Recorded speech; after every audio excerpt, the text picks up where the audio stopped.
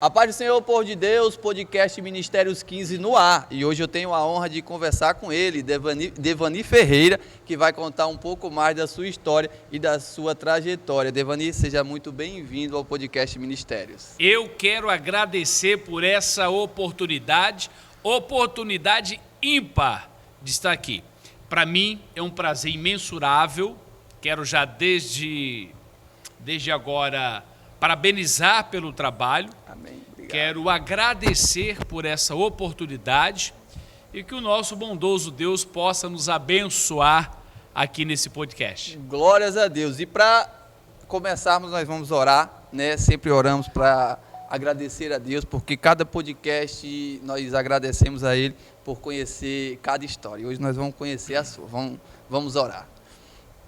Deus maravilhoso e eterno, nesta tarde, Senhor meu Deus, aqui damos início a mais esse podcast, Senhor meu Pai, que nesta tarde nós vamos conhecer a trajetória do Teu Filho, Senhor meu Deus, vamos conhecer um pouco mais da história, Senhor meu Deus, aprender, Senhor meu Deus, com Ele, pois Ele tem muito tempo de caminhada, Pai, que o Senhor possa usar Ele nessa tarde de uma forma poderosa para ser ferramenta eficaz, Senhor meu Deus, para aquelas pessoas que vão ver este vídeo através das nossas redes sociais, Pai, abençoa poderosamente a nossa vida, em nome de Jesus, amém. Jesus. Glórias a Deus. Irmãos, e para começar, né, vamos saber do Devani Ferreira, como foi o seu início na igreja, Devani? Você veio de um lar evangélico ou aceitou Jesus um pouco mais tarde? A minha infância foi na igreja Assembleia de Deus, na cidade de Linhares. Minha mãe depois desviou da igreja, nós automaticamente acabamos por acompanhá-la e eu voltei para os braços de Jesus em 97, quando conheci a minha esposa, que era católica apostólica, só nunca tinha ido em Roma, mas era católica apostólica romana, e nós, então, começamos juntos na mesma fé, vindo para a igreja evangélica. Mas você lembra, assim, do culto naquele ano de 97, que você realmente começou a sua caminhada? Eu não lembro do culto, porque nós começamos a nossa caminhada através de um trabalho feito pela igreja com jovens. Então, na verdade, o que nos atraiu não foi a igreja, o que nos atraiu foi o futebol. Tinha um grupo de jovens, ia para a praça jogar bola e eu ia para a praça jogar bola. Nessa praça tinha um obreiro chamado Zé Luiz, que hoje é pastor, está no Rio Grande do Sul. Ele fazia essa partida de futebol. No término da partida de futebol, ele realizava uma oração e ele fazia o convite para que a gente pudesse, então, ingressar na igreja. E assim eu comecei a minha caminhada em 97. Nossa, e o futebol, né? Futebol. O futebol. Futebol foi a isca. Deus usa até o futebol, né? Olha só que forte. Deus usa até o futebol para levar pessoas até o reino. Aí você aceitou Jesus em 97, né? E você lembra dos seus primeiros passos nessa igreja, assim, pregando, trabalhando, né, na obra de Deus? Lembro. O início para mim foi muito difícil. Por qual motivo? Porque eu já havia frequentado uma igreja evangélica na minha infância. Sim. Foi difícil por causa da religiosidade, aquele sentimento de que tudo sei, quando na verdade nada sei. Então eu achava que eu sabia, que eu conhecia, quando na verdade eu precisava me libertar da religiosidade e deixar Deus agir na minha vida. Então esse início foi muito difícil, porque eu fui, voltei. É mais complicado. Com isso eu fiquei uns 3 anos indo para a igreja, ficava uma temporada, saía, até que Deus usou o pastor, que foi macho, que me chamou junto com a minha esposa e falou comigo: vem cá, você vai virar homem ou vai continuar menino? Aí eu perguntei: por quê, pastor? Porque você não tem compromisso com Deus, você não é firme, você vem 6 meses, você sai 5 meses, você volta 3 meses, tem que ter responsabilidade, rapaz, ter compromisso com Deus, levar as coisas de Deus a sério. Eu tomei um choque, a partir daquele dia. Aí esse dia eu lembro, foi um dia, 3 horas da tarde, na rua Monsenhor Pedrinha, pastor Clécio. Era o que você precisava, né? Nos fundos, atrás do altar, junto com a minha esposa, me deu um choque de realidade. Eu digo que ele não puxou a minha orelha, ele me deu um soco no olho. e falou para mim: você já é um homem casado, você tem filhos, você tem que tomar um rumo na sua vida. E ele é nordestino, de Pernambuco. E eu não esqueci mais do pastor, não esqueci mais do soco no olho e nunca mais esqueci Jesus. E lá se vão aí, desde 97, eu fiquei 3 anos brincando, até o ano 2000, lá se vão aí 23 anos, 23 anos, quase 24 anos. Próximo aos 24. Aí depois desse choque de realidade, né, que ele foi rápido, rasteiro e verdadeiro, né, qual foi a sua primeira oportunidade de pregar, ministrar uma palavra na igreja? Você lembra? Na verdade, a minha primeira oportunidade foi poder fazer o trabalho evangelístico na rua. Sim. Batendo de porta em porta. Mas uma coisa que marcou muito para mim não foi somente o trabalho evangelístico. Foi um compromisso que eu fiz com Deus de todos os sábados, lavar a igreja, olha. Que bênção, né? Fiz um compromisso com Deus de todos os sábados, lavar a igreja. Eu era mascate. Eu vendia balde, panela, bacia, fruteira, sapateira, lençol. E o dia mais forte para o mascate é o sábado. O dia que vende mais, E eu tinha feito um compromisso. Então o que eu fazia sábado pela manhã, ia para a igreja para lavar a igreja. Terminava de lavar a igreja com um grupo de obreiros e jovens, eu ia para a minha atividade. E depois comecei a evangelizar na rua. E não era obreiro. Não era nada assim, né? Era membro. Sim. Comecei a me dedicar à obra. Fui levantado a obreiro, posteriormente a ser batizado no Espírito Santo. Eu me recordo o dia que eu fui batizado no Espírito Santo. Me recordo do pastor, que era o mesmo que me deu o puxão de orelha, né? Digo, soco no olho. Me recordo do culto, me recordo da roupa que eu estava e do louvor, o qual ele cantou no momento que eu estava ali tendo essa experiência maravilhosa. E depois fui levantado obreiro, comecei a fazer um trabalho chamado Núcleo, que é uma célula em um bairro onde eu ia para lá ministrar a palavra de Deus. Qual louvor? Você falou? Então vem, Espírito Santo, vem sobre o meu ser. Foi esse o louvor. No dia, no culto de domingo pela manhã, que eu tive essa experiência gloriosa. E foi muito forte, ô Devani, o que você falou sobre a coragem do seu pastor, né? Porque talvez a pessoa pense assim, ele está vindo, não tem muita força, mas ele vem, eu não vou confrontar, porque talvez ele pode sair. Não, ele não se importou com isso, né? Ele fez o chamado do pastor, porque o pastor ele apacenta, mas o pastor também corrige. Verdade. Né? Verdade. Pastor não é só para apacentar, pastor é para corrigir. Pastor não pode ser coach. Isso. Pastor tem que ser líder. E o líder, ele lidera, mas ele exorta também. Isso aí. E a sua trajetória, né, desse ano que você começou, 97, né, você teve as suas oscilações até você chegar ao pastoreio. Quantos anos, como foi um pouco, né? Falar um pouco da sua trajetória até você chegar ao pastoreio. Em 2004, eu fui convidado pela igreja para me tornar pastor. Eu, como disse, trabalhava por conta própria, né? Eu tinha uma vida estabilizada. Mas eu tinha também uma dedicação à obra. Lógico. E a primeira vez que eu fui convidado pelo meu pastor para passar por uma entrevista com a liderança da igreja, a liderança da igreja disse para mim: você tem filhos? Eu disse 2. Ele falou: não dá para você fazer a obra. É impossível você com 2 crianças pequenas, você ser designado a pastor e sair viajando por esse Brasil, por esse mundo afora, arrastando 2 filhos. Eu voltei, João, naquele dia para casa com uma convicção muito grande dentro do meu peito e muito mais convicto que a obra ela é de fato de Deus. Sim. E se era plano de Deus que eu deixasse tudo para servir o altar, Deus iria prover.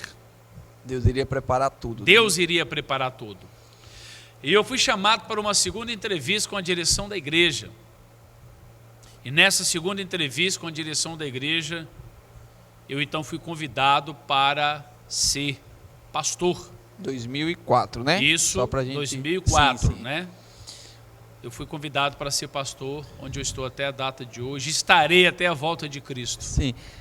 Só para a gente pincelar um pouco sobre pastor, é muito difícil ser pastor. Relate um pouco algumas dificuldades básicas de um pastoreio hoje. Foi Você feita uma pastoreou pesquisa. em 2004 até 2000 quanto? Eu pastoreio até hoje, porque Sim. hoje eu tenho liberdade de ir em qualquer igreja, todas as igrejas. Hoje eu não tenho responsabilidade por uma igreja. É mais ou Estou menos licenciado, mas eu tenho responsabilidade hoje por todas as igrejas. Sim. Como eu sou um representante público, então eu sou a pessoa que socorro ali os meus companheiros, meus amigos de trabalho, de altar, naquilo que eles necessitam. Então eu me tornei um auxiliar dos pastores. Sim. Aí o que eu quero saber é o pastor da igreja mesmo.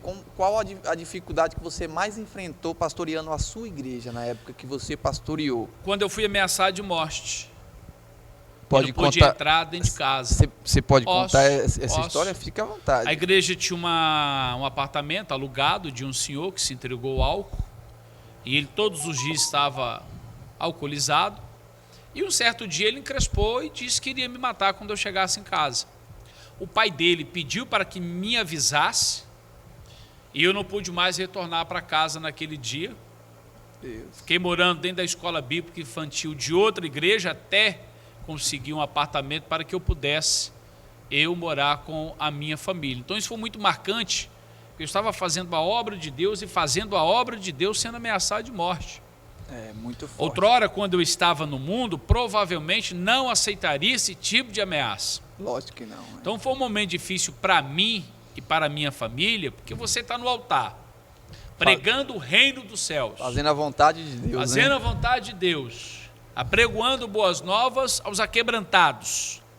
E você recebe uma notícia, não volta para casa, porque o proprietário do apartamento onde você reside está alcoolizado e quer matar o pastor. Aí você, na hora, se não tiver um encontro com Deus, você não consegue entender esse deserto. Mas eu venci esse deserto, passei por ele. Glórias a Deus.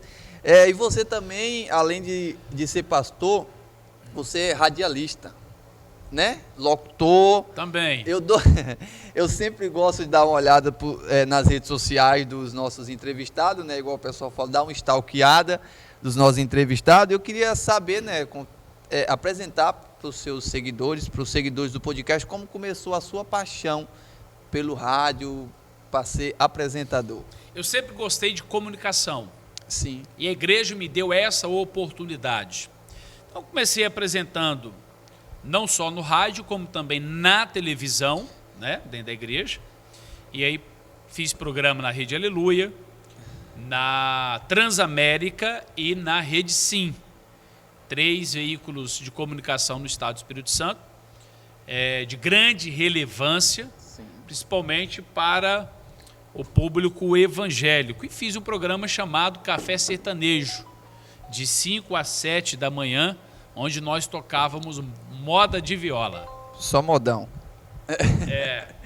Mas com quantos anos assim você se despertou para isso?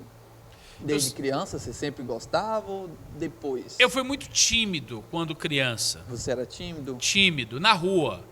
Mas na sala de aula eu sempre liderei os falatórios. Eu também. Na sala de aula eu é quem mais falava e liderava a gurizada. Eu era assim também, as minhas professoras sofriam comigo, né? Porque além de eu falar muito, eu falava alto. Né? As minhas professoras não sofriam comigo, eu que sofria com elas, porque eu que chegava em casa com o braço beliscado, eu que chegava em casa com puxão de orelha, mas eu era bonzinho na sala de aula. Elas que extravagavam. Isso podia, né? Hoje... A minha professora que inventou o drone, sabia?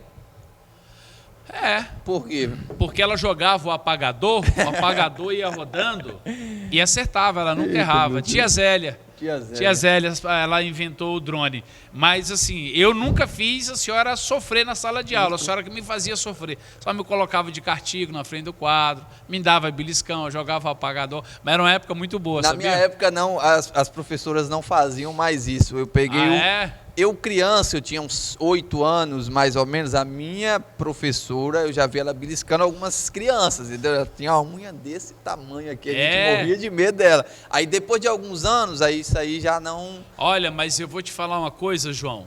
Se os professores tivessem liberdade ainda para auxiliar na educação, na sala de aula, não tenha dúvida, hoje, que nós teríamos seres humanos formado melhores. Muitos homens na sala de aula e não vagabundo como a gente tem por aí afora. Não fugindo do nosso tema, mas eu acho que foi no Rio Grande do Sul, não sei se você viu, uns alunos que bateram no professor. Antigamente, Saiu jamais isso aconteceria. Eles bateram porque tiveram uma nota baixa. Foi no Sul, eu vi foi ontem. No Sul, você viu, né? Aí você tem hoje criança levando arma embaixo do boné, criança ameaçando o professor, esse tipo de mau elemento que bateu no professor por causa da nota. Na época da tia Zélia, isso não acontecia. Não. Entrava na borracha. Só fazer um pedido, Eliel. Tirou foto nossa, Eliel?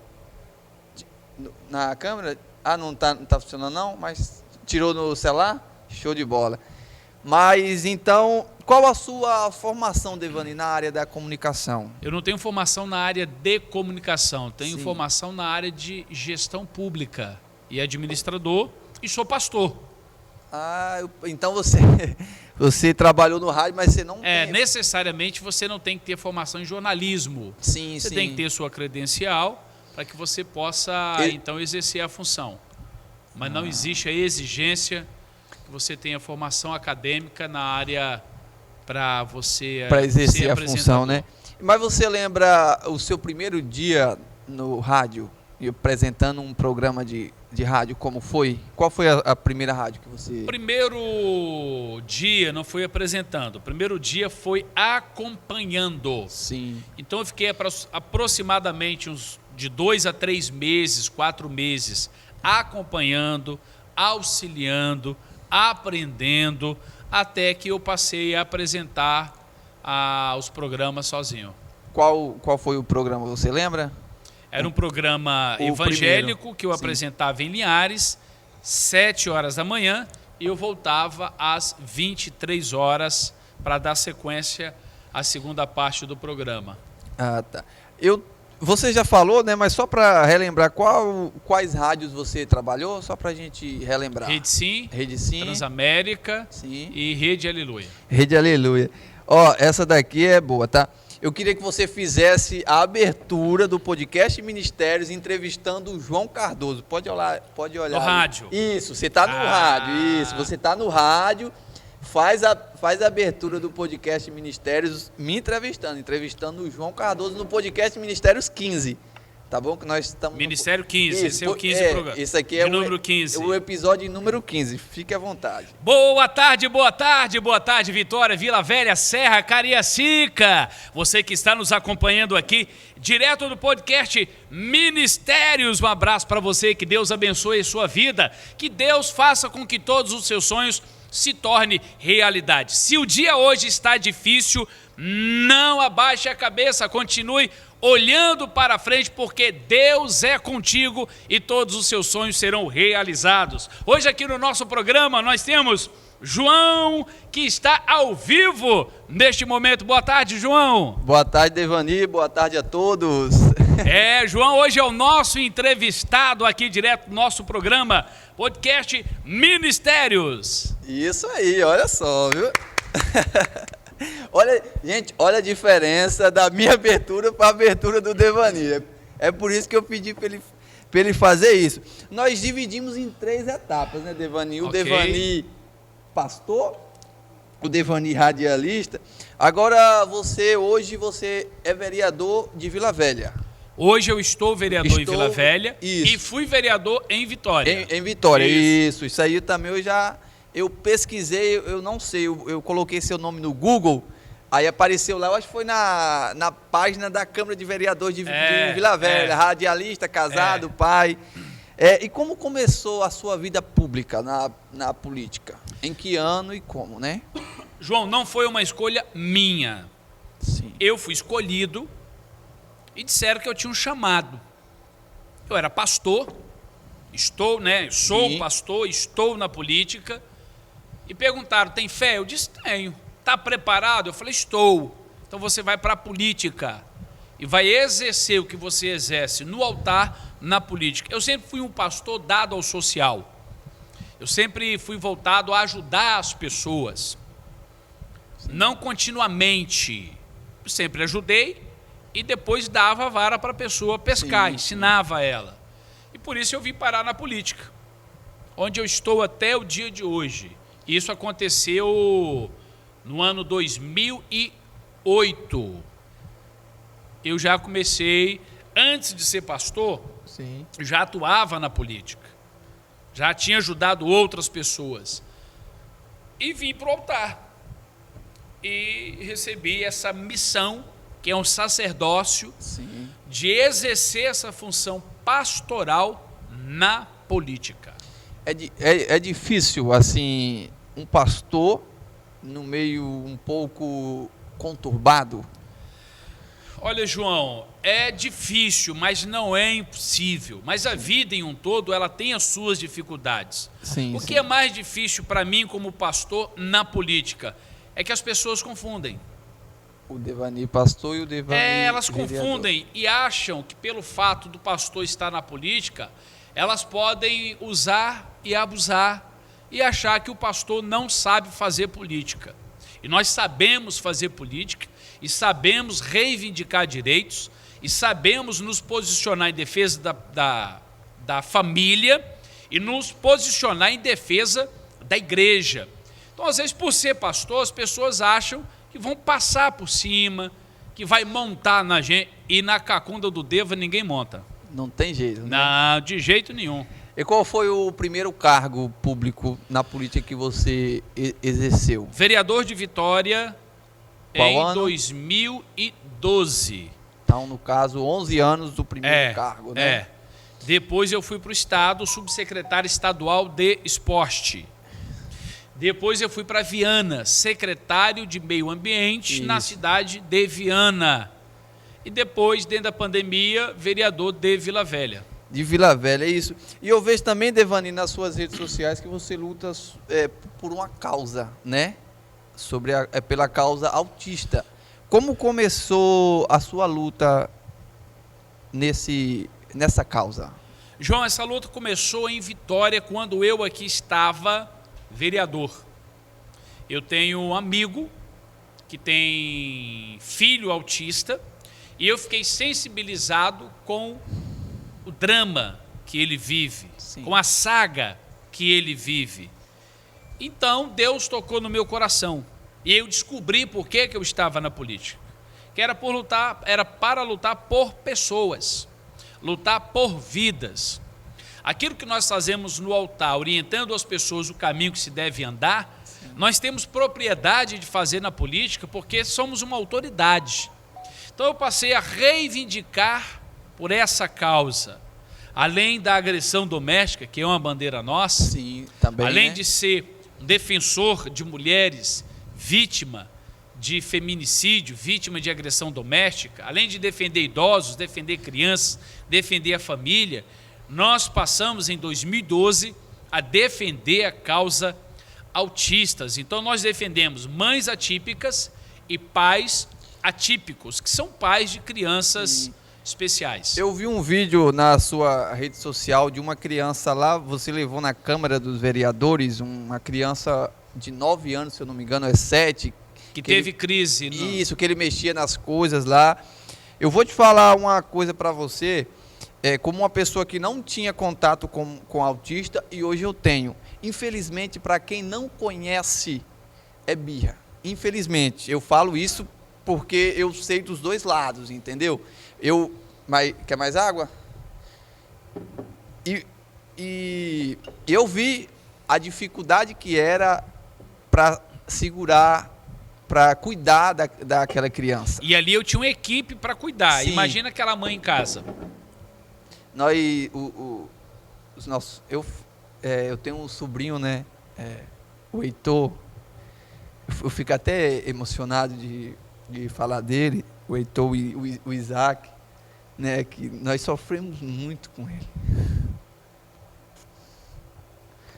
O Heitor ele não é meu filho, mas eu cuido dele como se fosse o meu filho. Eu fico feliz em ver uma pessoa como você, né, lutando por ele de uma maneira indireta, né? Não é pelo Heitor, mas de uma maneira indireta você luta por ele.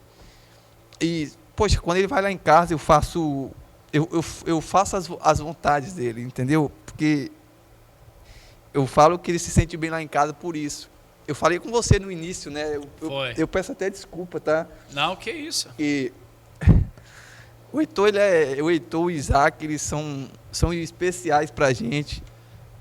E eu fiquei muito maravilhado, Divani, com você lutando por isso, cara. Que eu muito feliz mesmo pela sua vida. Oro muito para Deus te dar força, né, para lutar pelo direito dos autistas, porque igual eu falei, para quem não conhece é birra, cara.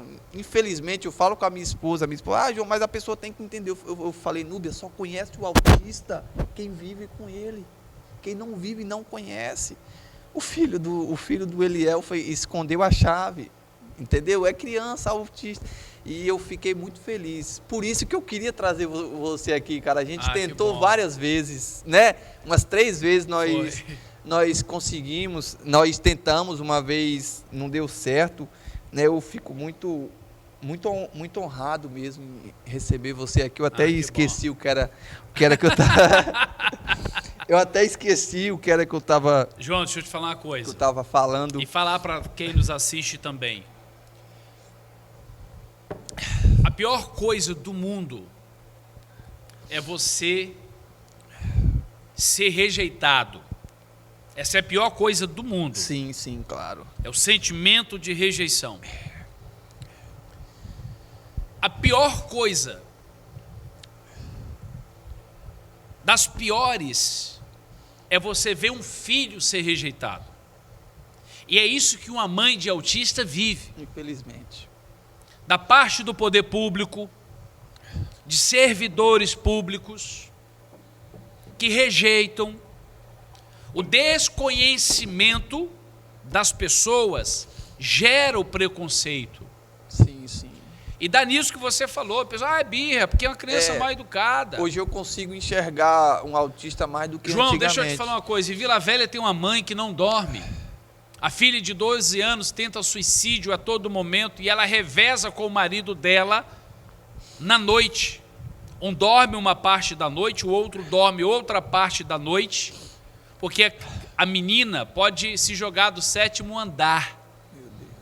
E ela me disse, no meu gabinete, vereador, me socorre, me ajuda, pelo amor de Deus, eu preciso dar sequência às terapias da minha filha, não estou conseguindo, e eu preciso pôr grade nas janelas do meu apartamento, porque minha filha tentou suicídio na escola, minha filha já tentou suicídio dentro de casa, e eu tenho que dar ela medicamento para ela dormir, para a gente conseguir cochilar no sofá. Então, essa é a saga que um familiar de autista vive. Então, quando você, no ônibus, na padaria, no supermercado, você se depara com uma pessoa preconceituosa, a exemplo do que aconteceu no mercado aqui em Vitória, de uma criança de 6 anos que teve uma crise, e nessa crise ela fez xixi dentro do mercado. O funcionário do mercado perguntou para o casal, para os pais, nossa, mas uma menina desse tamanho fazendo xixi dentro do mercado, vocês não dão educação para ela, não? E eles deixaram o carrinho cheio de compra dentro do mercado e foram embora para casa. Era um sábado. Acabou o sábado deles, acabou a semana deles. Isso deixa uma cicatriz muito grande. Isso deixa uma lesão, uma sequela, que não existe remédio e dinheiro no mundo que possa recuperar essa família. Verdade. Então é isso. E dentro disso que você falou, você luta, né? O que o Estado e o município pode fazer para dar uma melhor qualidade de vida? Os nossos governantes, né? O prefeito, o governador do estado, os vereadores, os deputados, o que eles podem fazer para dar uma qualidade de vida, tanto para a mãe quanto para o filho? Olha o que você falou da menina de 12 anos, né? Que tenta se matar. Imagina a dificuldade. Nós né, nós ajudamos as nossas cunhadas a cuidar dos nossos sobrinhos, porque nós entendemos a dificuldade, né? E o que você acha que o governo e o município pode fazer para dar qualidade de vida para o pai, para a mãe e para a criança? Primeiro, são os nossos governantes entenderem que o transtorno do espectro autista existe e é crescente. Há 20 anos, para cada 150 nascimentos, um era autista. Hoje, para cada 36, um é autista. Crescimento. Então, ninguém grande. precisa inventar a roda, já está aí. Os governantes precisam aceitar e se mobilizar. Segundo, mudar a legislação federal. Tem que ter dinheiro público, recurso. E temos. Para ter terapias. Segundo, o governo precisa flexibilizar para que possamos ter mais profissionais no mercado. Por exemplo, neuropediatra, que é a porta de entrada para diagnosticar e para laudar o autismo e dar todos os encaminhamentos devidos. É R$ 1.500 uma consulta. Pode chegar a 500, a 400? Pode. Mas e a fila de espera? No Espírito Santo, leva-se 5 anos e meio para você laudar um autista. Agora, nós precisamos de uma força-tarefa, porque o problema ele é generalizado. Quem sofre é quem está na ponta. Aí eu vou te citar alguns problemas. No Brasil só existe 2.000 neuropediatras. E nós temos no Brasil 5.585 municípios. Então você só tem neuropediatra nas grandes metrópoles e no número muito reduzido. Você não tem profissional. Esse é um profissional hoje, né? Um profissional hoje, o neuropediatra hoje, que tem lá uma fila de espera, consulta de R$ 1.500, ele não vai fazer nunca um concurso público para trabalhar 20 horas semanais para ganhar R$ 5.000 por mês. Ele consegue mais no particular. Ele não vai, porque ele já tem uma demanda suprimida muito grande na rede privada. Então nós temos um segundo problema que já está aí. Sim, sim. Terceiro, nós precisamos incentivar o número de aberturas de clínicas e o governo precisa participar, precisa comprar as terapias. Essas crianças precisam ter acompanhamento. Quarto, existe hoje uma guerra com o plano de saúde. O plano de saúde tem a recusa do autista. Sim, sim. Quando, por força de liminar, esse plano de saúde tem que atender, ele encaminha esse autista para uma clínica, mas ele paga R$30 na terapia. A clínica, por sua vez, para conseguir dar o atendimento, põe 5 numa sala. Só que o autista ele é único. O autista, nível de suporte 1. Se você pegar 5 autistas de nível de suporte 1, os 5 não são iguais. O autista nível de suporte 3, se você colocar 5 na mesma sala, a terapia não são iguais, então não pode. Né? Aí a clínica diz, como que eu pago o meu profissional, o meu psicólogo, para fazer as terapias com 30 horas, com R$30 hora? Ele também não consegue. Então nós temos um problema. Nós não temos que fazer caça às bruxas. Nós temos que unir força para beneficiar quem está na ponta. Aí eu finalizo dizendo para você que o sofrimento e a saga de uma mãe de autista é tão grande que é comparado a um soldado em guerra. Pega um soldado que está lá agora na faixa de Gaza, em guerra. O que ele está vivendo lá, o psicológico, no seu psicológico, no seu emocional, é a mesma coisa que uma mãe de autista vive, não é diferente. Eu vi uma foto no Facebook de um soldado, né, antes de ir para a guerra, era professor. Uma foto dele antes guerra e pós-guerra. Você vê na expressão facial dele totalmente diferente. E quando ele voltou da guerra, ele não conseguiu mais ensinar. Ele teve que sair da sua profissão por causa da dificuldade mental que a guerra. Então a vida de uma mãe de autista é comparado com um soldado que está nessa... É comparado com um soldado em guerra, e digo mais, nós temos um fator preocupante. As mães de autistas estão doentes, o marido está indo embora de casa, está metendo o pé porque não aguenta a pressão, E ela não tem essa opção de ir embora, não, de abandonar o filho. Jamais uma mãe em sã consciência irá abandonar o seu filho.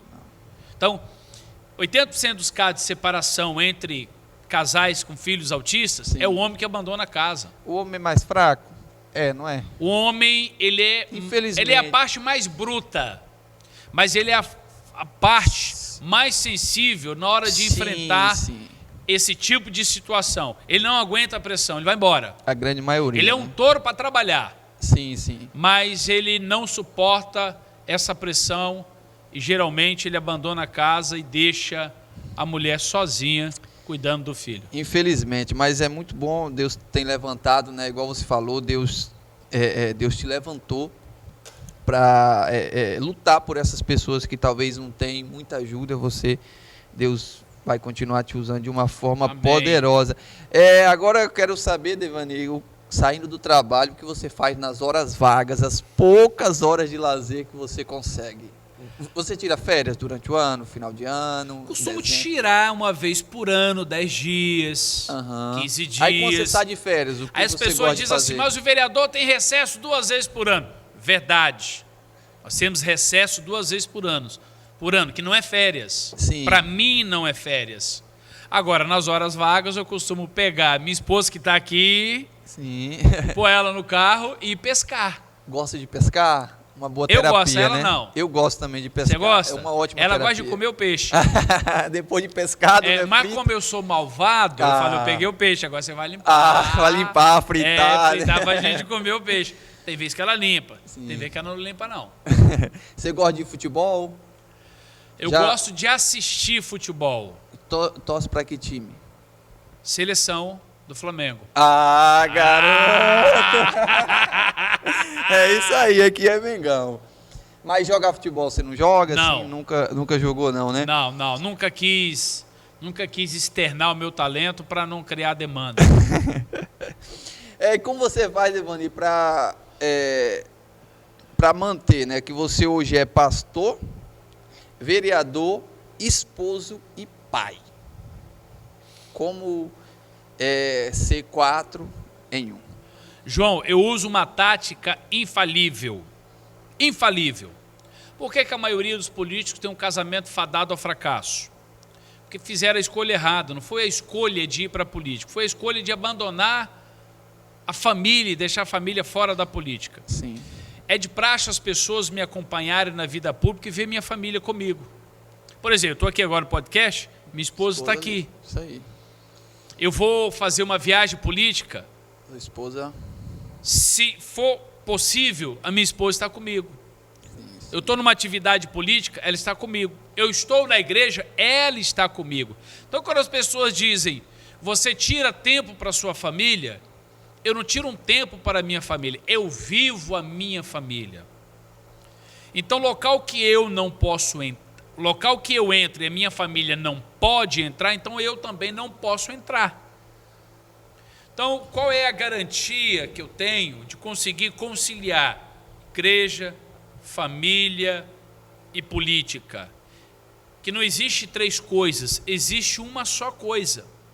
Na igreja, minha família está comigo. Na política, minha família está comigo.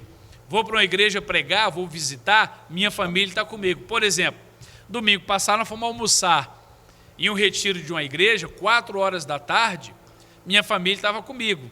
Eu não sei se o pastor gostou, que ele convidou a mim para ir almoçar. Cheguei lá com o carro cheio. Pastor Marco, me perdoa, viu? Beijo no coração.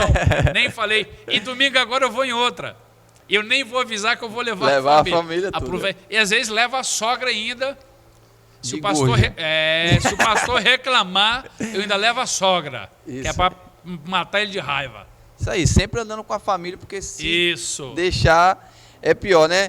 Olha só, gente, agora vai começar o nosso Bate-Pronto no Podcast Ministérios. É a primeira vez nós vamos lançar aqui o Bate-Pronto no Podcast Ministérios, tá bom? Eu tive essa ideia ontem à noite, eu fiz tudo isso aqui. Meu Deus! Ontem à noite, né? Bate-Pronto. Você fica triste quando? Quando não consigo realizar as minhas tarefas. Você fica alegre quando? Quando termina o dia e eu deito a cabeça no meu travesseiro com a não é a sensação, mas com o sentimento de dever cumprido, cumprir todas as minhas tarefas, fui para a igreja, participei do culto, fiz o culto, fui para a sessão, fiz uma atividade, fiz uma ação e deu tudo certo. Aí eu fico feliz. Um arrependimento. Não ter conhecido Jesus antes. Um acerto. Ter aceitado Jesus Cristo. Autismo. Uma bandeira primordial, não minha, não da mãe do autista, de todos nós. Devani é? Fiel. Família. Abaixo de Deus. Deus. Acima de tudo. Glórias a Deus.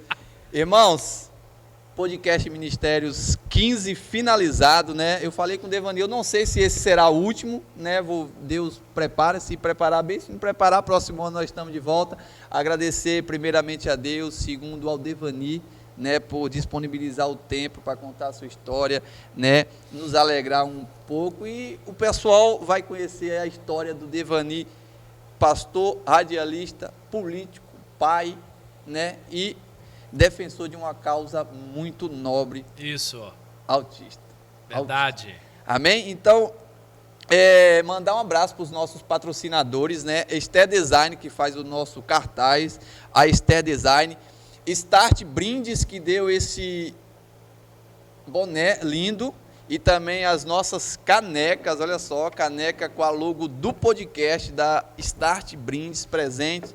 Muito obrigado, Deus abençoe a sua vida. Delícias da Ilha também, do pastor Paulo Roberto, tá bom? Deus abençoe a todos os nossos patrocinadores, Deus sempre tem preparado pessoas. Devani, suas últimas palavras no podcast Ministérios, e pode finalizar orando.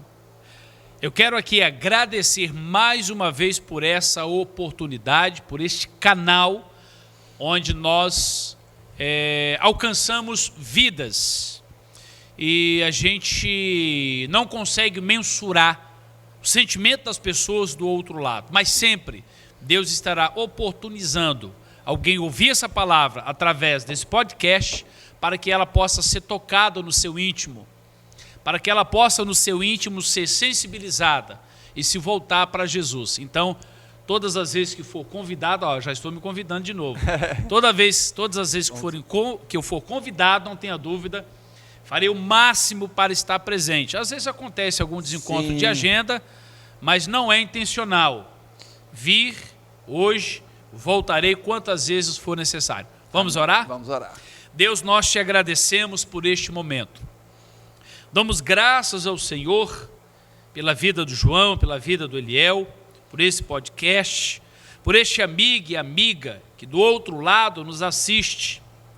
Que o Senhor possa abençoar as nossas vidas, as nossas famílias, nossos projetos.